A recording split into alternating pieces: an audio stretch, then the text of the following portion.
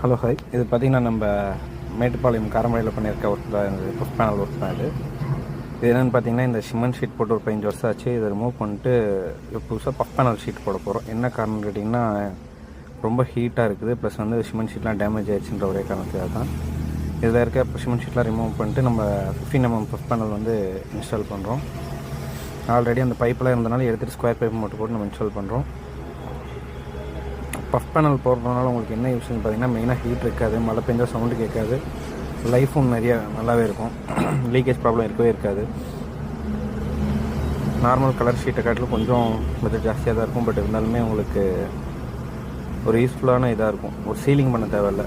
இது ஆல்மோஸ்ட் எல்லா ஒர்க்கும் முடிஞ்சிட்டு இந்த ஃப்ரண்ட்டில் இந்த என் கேம்ப் க்ளோஸ் பண்ணியாச்சு. உங்களுக்கும் இதே மாதிரி ரூஃபிங் ஒர்க் பண்ணணும்னா நம்மளை கான்டாக்ட் பண்ணுங்கள். தேங்க்யூ.